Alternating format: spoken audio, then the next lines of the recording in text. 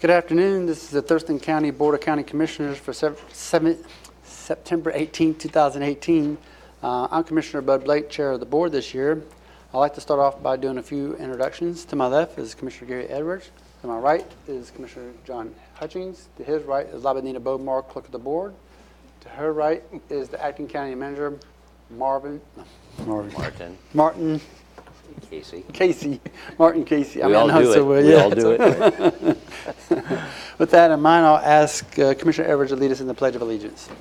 Sorry about that. If you'll please join me, and if you lose your place, you'll notice it's up on the wall. Yeah. I pledge allegiance to the flag of the United States of America and to the republic for which it stands, one nation, under God, indivisible, with liberty and justice for all. Thank you. Okay, thank you, sir. With that, we'll ask if there's a motion to approve today's agenda. Mr. Chair, I move to approve Tuesday, September 18, 2018 agenda. Second. It's been moved and second to approve Tuesday, September 18, 2018 agenda. All those in favor say aye. Aye. Aye, and that motion carries. Is there a motion to approve the board meeting minutes for September 11, 2018? Mr. Chair, I move to approve the board meeting minutes from September 11, 2018. Second. It's been moved and second to approve the board meeting minutes for September 11, 2018. All those in favor say aye. Aye. Aye. Aye, and that motion carries as well.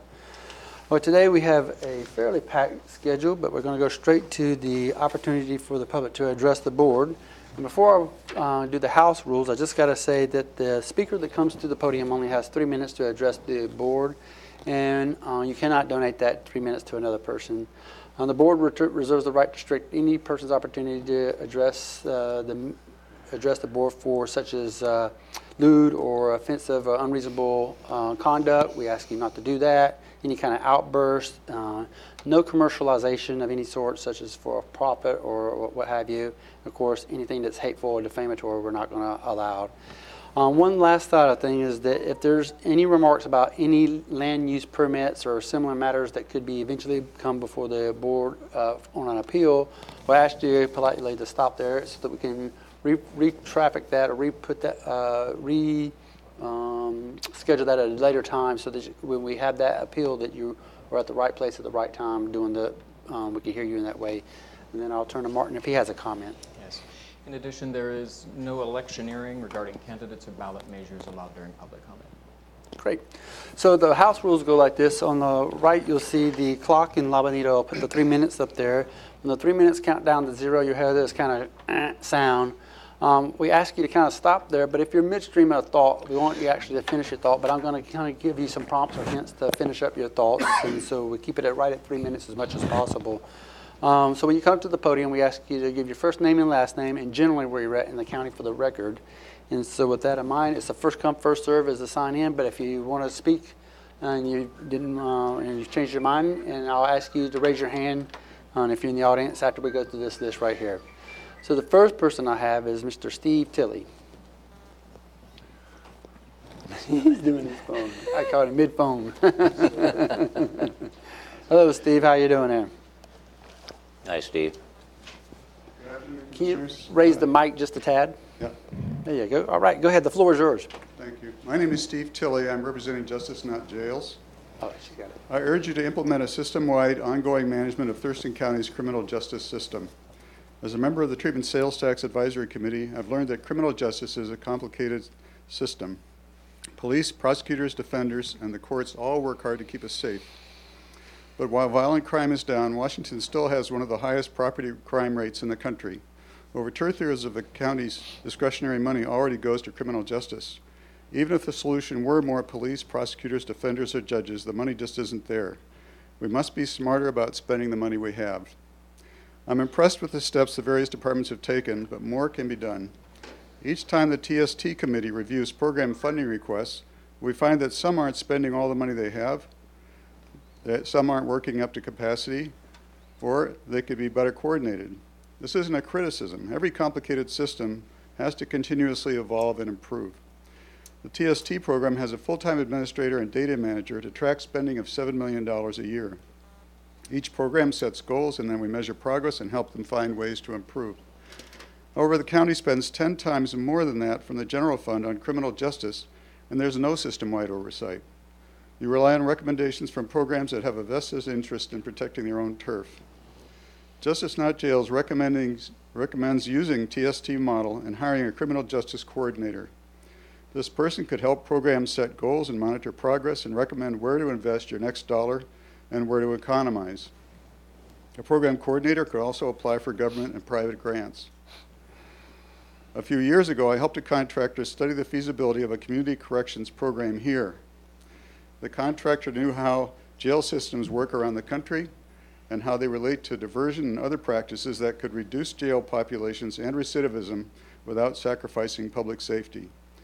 If the county put this kind of expertise into making the criminal justice system better, program management would more than pay for itself. Please consider including a criminal justice coordinator in your budget for next biennium. With this service, the county citizens would know we are getting fair, effective, and efficient justice. Thanks very much for your time. Thank you for your words today, sir. Thank you. Yeah, could we get a copy of that? Sure. Just hand it to Martin. Thank you. Thank you very much. So the next person I have on the docket is Terry Ballard.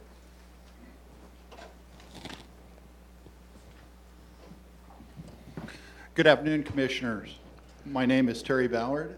I reside in Tanglewild, which is unincorporated Thurston County, and I am a 35-year retired Master Sergeant in the U.S. Army.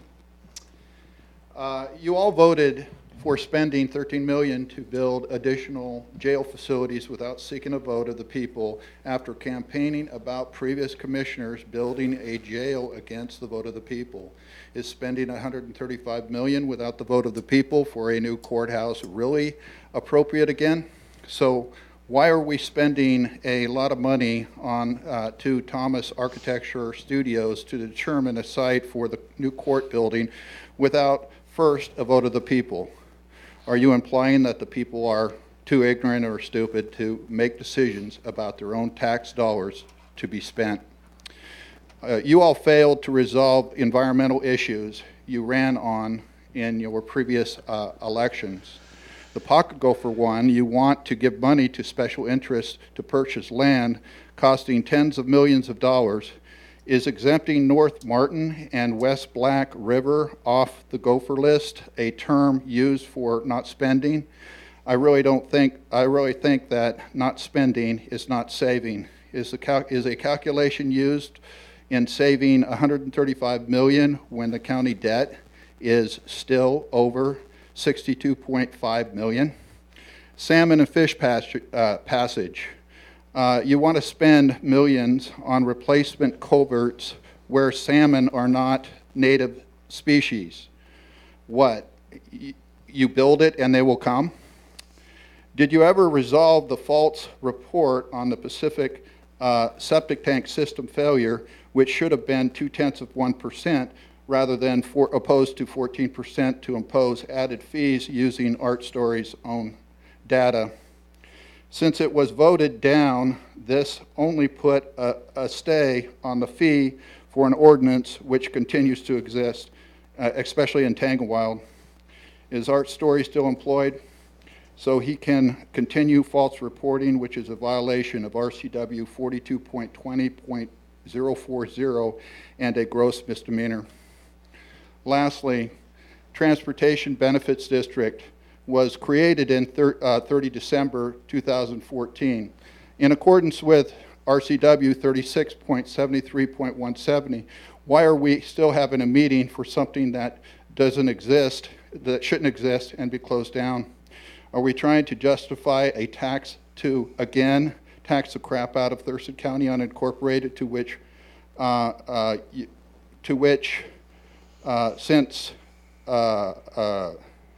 Mr. Walter Blake resides in the city of Tumwater and not in the county of, not in the unincorporated county of Thurston County, which the other two reside in. Thank you. Thank you for your words too, sir. Next I have on the list Esther Kronenberg.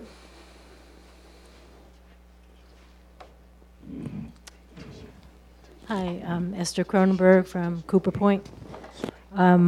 I want to thank Commissioner Edwards. I'm here because he suggested I come today and make a public comment about the Justice Assistance Grant that I found out about at your last agenda-setting meeting. And I looked it up, and it turns out, I'm not sure you're aware, but if you accept that money, that means that you are certifying that the county is going to be compliant with the Immigration and Naturalization Service and ICE. And that was sort of raised my alarm bells, because I'm not sure the county should be complying with ICE, considering ICE is the agency that's been locking up children and separating families.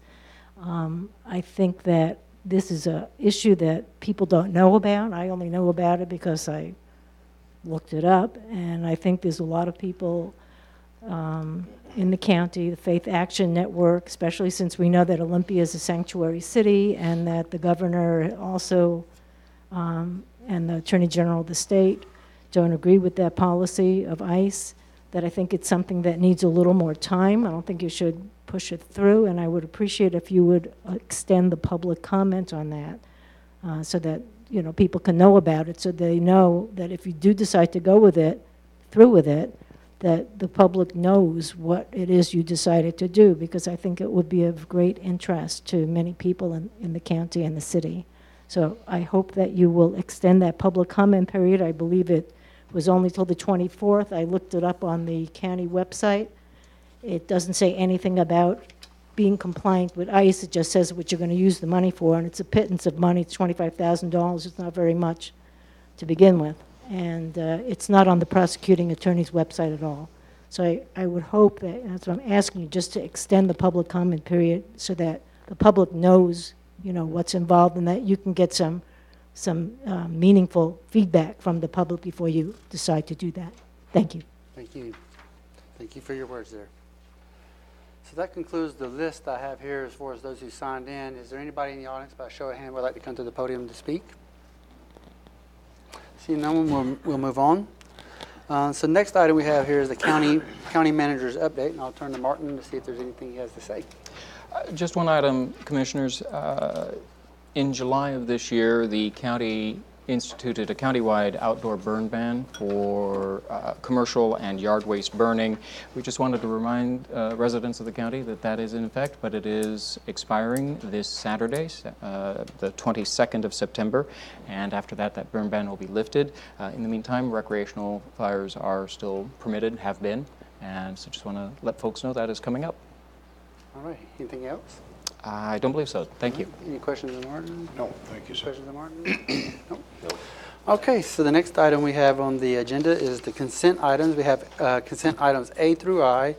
I'll ask if there's a motion to adopt consent items A through I. Mr. Chair, I move to authorize I move to accept and adopt, approve consent items A through I. Second? It's been moved and seconded to adopt consent items A through I. All those in favor say aye. Aye. Aye. Aye, and that motion carries. So we're going to move into the department items, and the first item we have is, which is number 4. The first item we have is Public Health and Social Services, and this is an interlocal agreement, amendment number 2 to the Washington State Department of Children, Youth, and Families, number 18-1053-02, and we have Gretchen Toller to give us a little bit of background. Can you pull the mic down just a tad? Hi, my name is Gretchen Toller. I'm the Maternal Child Health Manager, and I'm here seeking approval of the Washington State Department of Children, Youth, and Families contract for our NFP program. This is an amended contract from the previous year, and it's increasing the contract amount by $142,210.08 for a revised maximum consideration not to exceed $624,183.55 for the duration of the original contract through July 31st of 2019. And if I can just say, the increased amount is because we're covering a service area where in the past year we covered an additional service area for 6 months, and moving into this next contract period, we're covering that additional area for a full year. So it's not necessarily more money for additional staffing. It's just because we're, with our regional partnership of covering Mason County, we'll be covering it for the full year, where in this past year, we had started that mid-year, if you remember, this past January. Okay, any questions of Gretchen? No, thank you, Gretchen, for all you do. No, No, no, I nothing? don't. Is there a motion?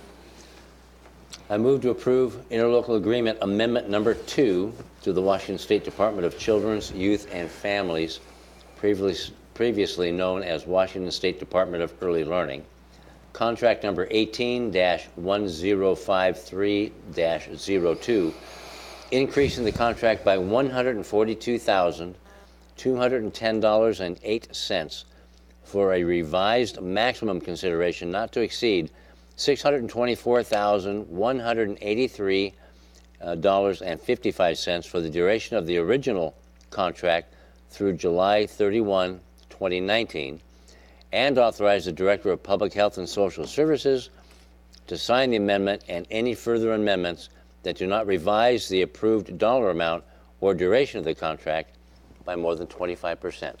Second. Second, as stated, all those in favor say aye. Aye. Aye, and that motion carries. Thank you very much, Gretchen. You bet. So we're going to move on to item number 5 of the department items. And number 5 is through Central Services, which is the final acceptance for Facilities Engineering Project number 25531, the Washington State University Extension Facility Remodel. And we have not Martin Casey. Michael Crow. How are you doing, sir? Good. Good afternoon. I'm here on behalf of Central Services to ask the Board of County Commissioners to authorize the final acceptance of Project 25531, the Washington State University Extension Facility Remodel, which was completed in accordance with plans and specifications, all change orders to those documents.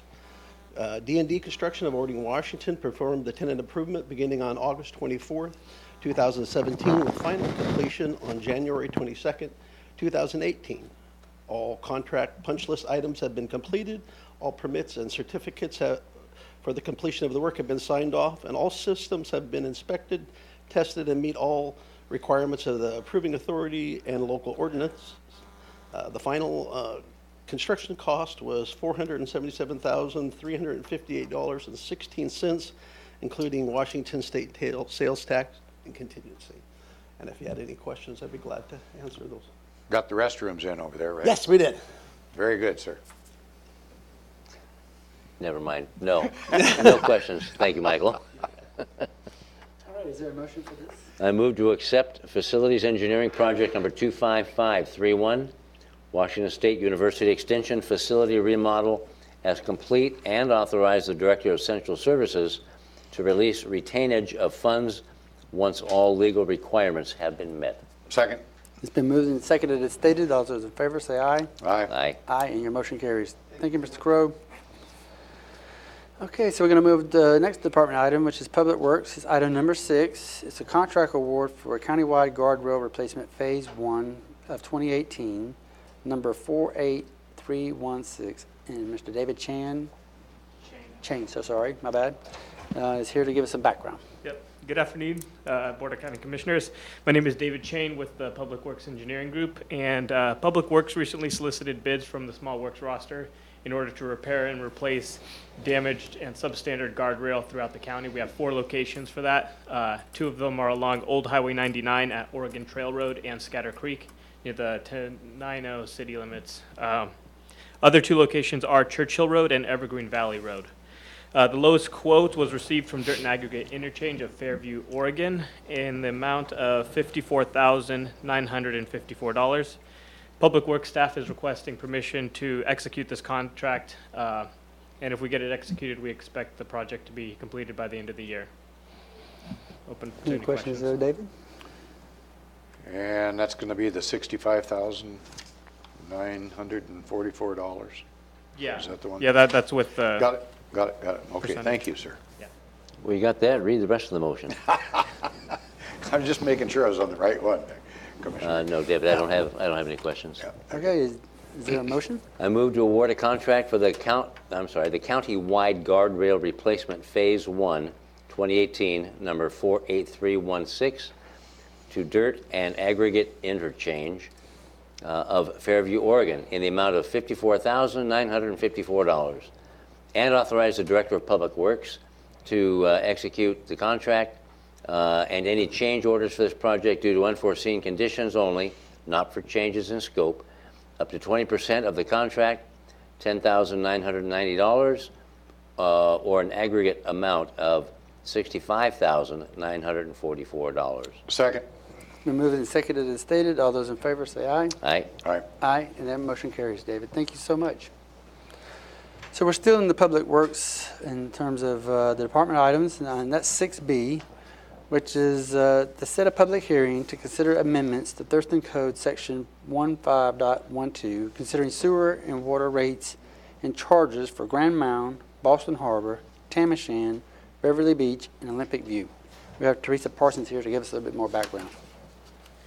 Thank you, Commissioners. My name is Teresa Parsons. I'm with Thurston County Public Works, Engineering and Utilities.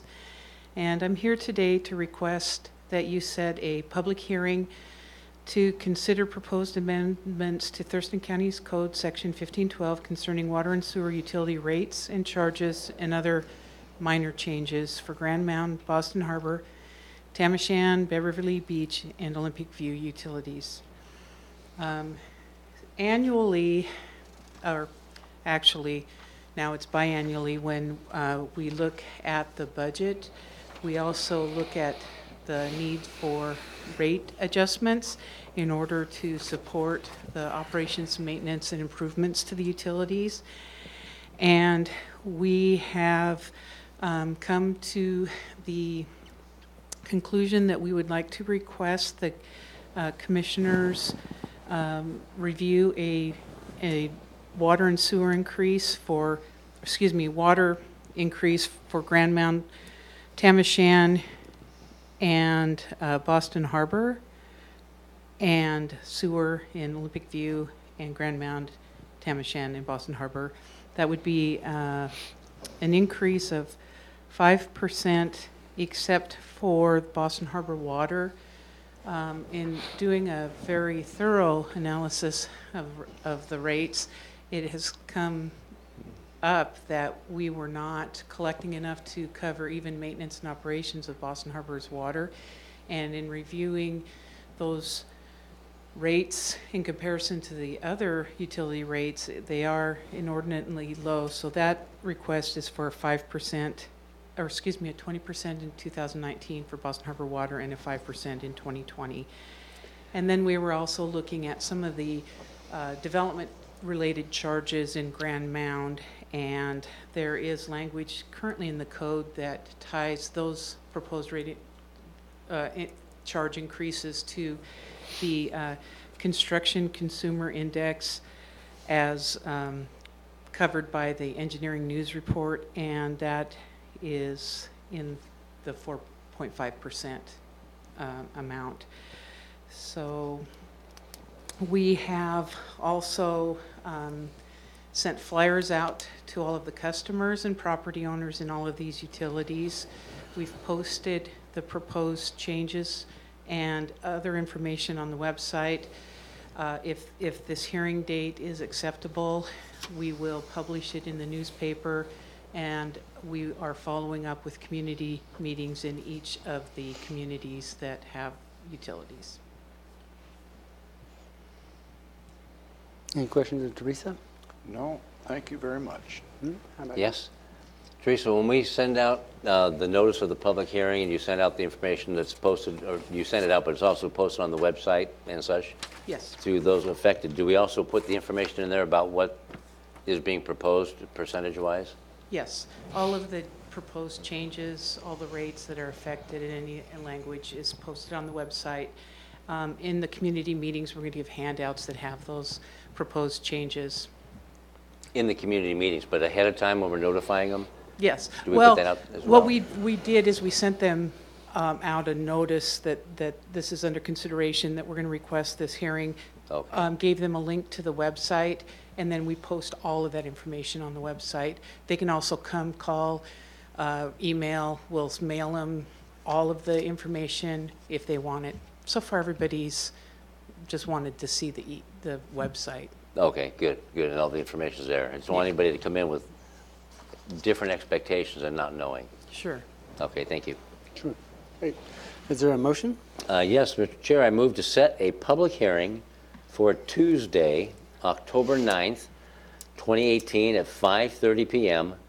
or as soon thereafter as the matter may be heard at Thurston County Courthouse, Building 1, Room 280, to accept and consider public comments on amendments to Thurston County Code Section 15.12 concerning rates and charges and other minor changes for Grand Mound, Boston Harbor, Tam O'Shan, Beverly Beach, and Olympic View.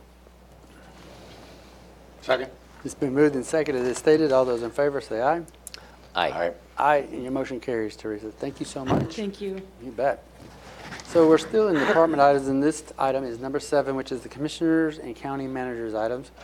And so I'll just go straight to 7A, which is where commissioners can report out on work sessions, assigned committees, or just something in the public, general public they see that would like to chat about, talk about, discuss about. And I'll go to Commissioner Edwards I'll first. just make it real quick. Last week consisted of attending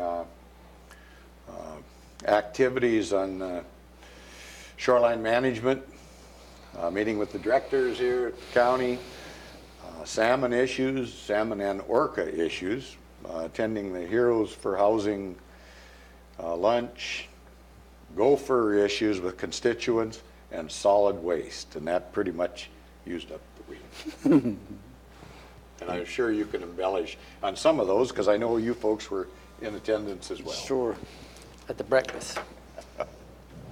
Yeah, breakfast. I also attended the Heroes for Homeless fundraiser, sponsored by numerous organizations, public and or private in the county and nonprofit, raising funds for homeless, but especially for kids. And it was a very well attended event. Last night, I attended the sea level rise response planning briefing that was given to electeds, and it was held at the Lot treatment plant, and was provided this notebook on the response planning. It's an exceptionally well done and in-depth planning guide. Nothing's cast in stone or concrete, and it's not about how we're going to change or alter or prevent sea level rise. It's how are we going to plan for it and mitigate the damage done to our infrastructure and to the downtown area specifically, but along all shorelines and such. And it was very well attended. Very good information. Olympia, the city of Olympia is leading the charge on this, but there's several other entities involved in it, with the exception of Lacey, because not really impacted by it, but Tumwater is for sure, and is Lot, the Lacey, Olympia, Tumwater, and Thurston County treatment plant. This Wednesday, I don't know when this is going to air, but this Wednesday, September 19th at 6 p.m. at Lot is a briefing for the public. And word has been sent out large and wide, as I'm told, so the public can have a chance to see the response being planned for Olympia and surrounding areas, Olympia and beyond, regarding sea level rise. Very good, well attended, like I said, and very good information. Because we're not going to stop it, we just have to plan for it. All right. Thank you. Sure. So just to kind of reiterate and recap, also attended the Heroes for Homeless. It's absolutely wonderful, some of the efforts they have, and it was a packed audience. I mean, super packed. Just really goes to show how we care about not only our youth and those who do not have a house or a roof over their head, and just where we're going to help each other out. A couple of other items that I was able to attend was the Thurston County Coordinating Council. That's part of the Thurston Thrives initiative. We met yesterday and received an excellent briefing on how to generate community wealth, not only in terms of dollars, but other kind of health, such as not other kind of wealth, but such as health and how to thrive. It was given to us by Erin Hall from Olympia Master Builders. And it was just so incredibly how she described saving even, say, $200 in affordable housing. Each person does that. How it has a first degree, second degree, it's third degree spending or saving, depending on what's going on in that particular venue. But just how it generates that type of spending or saving wealth. And so it was very well received. And the other thing we discussed was we have 8 action teams. And so we informally, as a body, decided that we would focus for the out years on housing and children, what we call the education resiliency team, and the economy. So those kind of three are and they have touch points, what we call the nexus aspect of it. But that's kind of where we're headed here in the future with the Thurston Thrives Coordinating Council and the 8 action teams. But then we'll vote on it or come to a consensus here in the next couple of meetings and kind of solidify, because there's still some questions involved of just how they would match up with each other.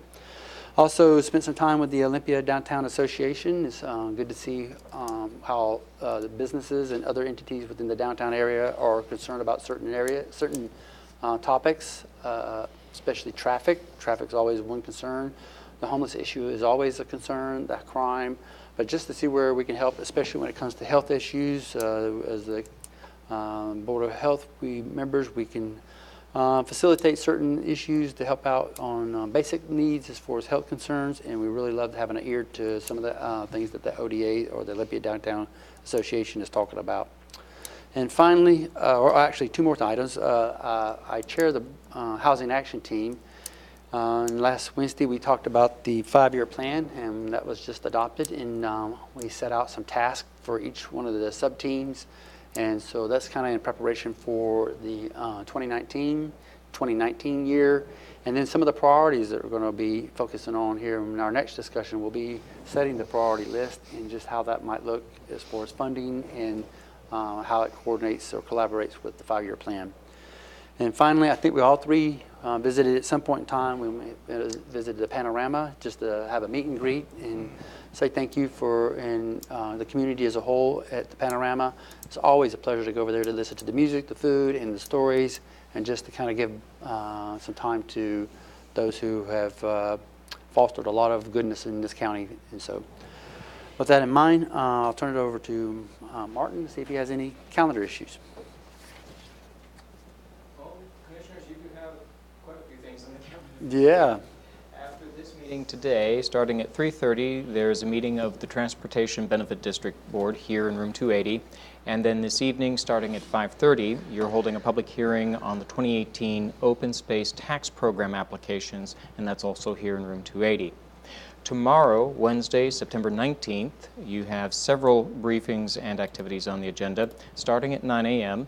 with an Area Agency on Aging Advisory Board briefing here in the Commissioners' Meeting Room 280, followed by a briefing on Home Farm Phase 2 from the Community Planning and Economic Development Department at 9:30.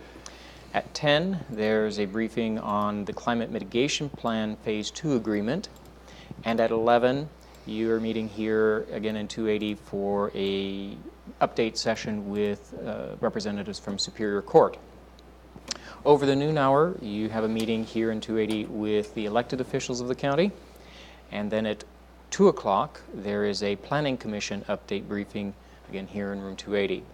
Final item on tomorrow's agenda at 2:30 is a Comprehensive Plan Chapter 6 Capital Facilities Plan update from Community Planning and Economic Development. That's from 2:30 to 3 here in room 280.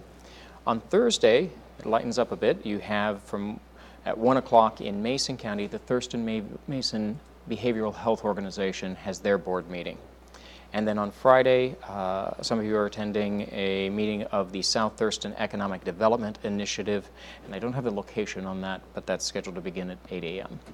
And that is it. All right, any questions of Martin? No, thank you very much. Any questions Nope, of thank you, Martin? sir. Yep.